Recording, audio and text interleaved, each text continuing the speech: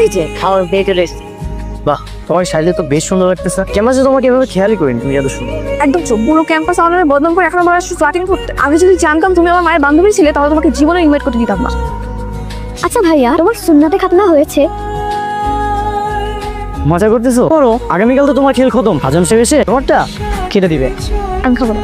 আরো তুমি কি একটা ওয়াশরুমে গল্প শুনতে চাও? হ্যাঁ হ্যাঁ চাই। আমি কিন্তু সব বুঝে গেছি। কি বুঝে গেছিস তুই? মৃত্যু তোর সাথে লাইন মারার চেষ্টা করছে, তাই না? ও প্রেম করে, আমি বের করছি। এই মিষ্টির মধ্যে মরিচগুলো এমন ভাবে সাজিয়ে রাখবি যেন বুঝতেই না পারে।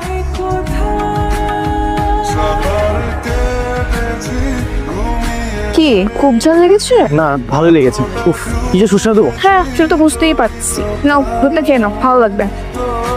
আর শোনো, এটাই ছিল তোমার ফাইজলামি করার শাস্তি। সমস্যা নেই, এমন ফাইজলামি আমি সারা জীবন করতে চাই। তাহলে আমি এরকম শাস্তি সারা জীবন দিতে চাই। শাস্তির পর যদি এমন ভালোবাসা পাওয়া যায় তাহলে আমার কোনো আপত্তি নেই।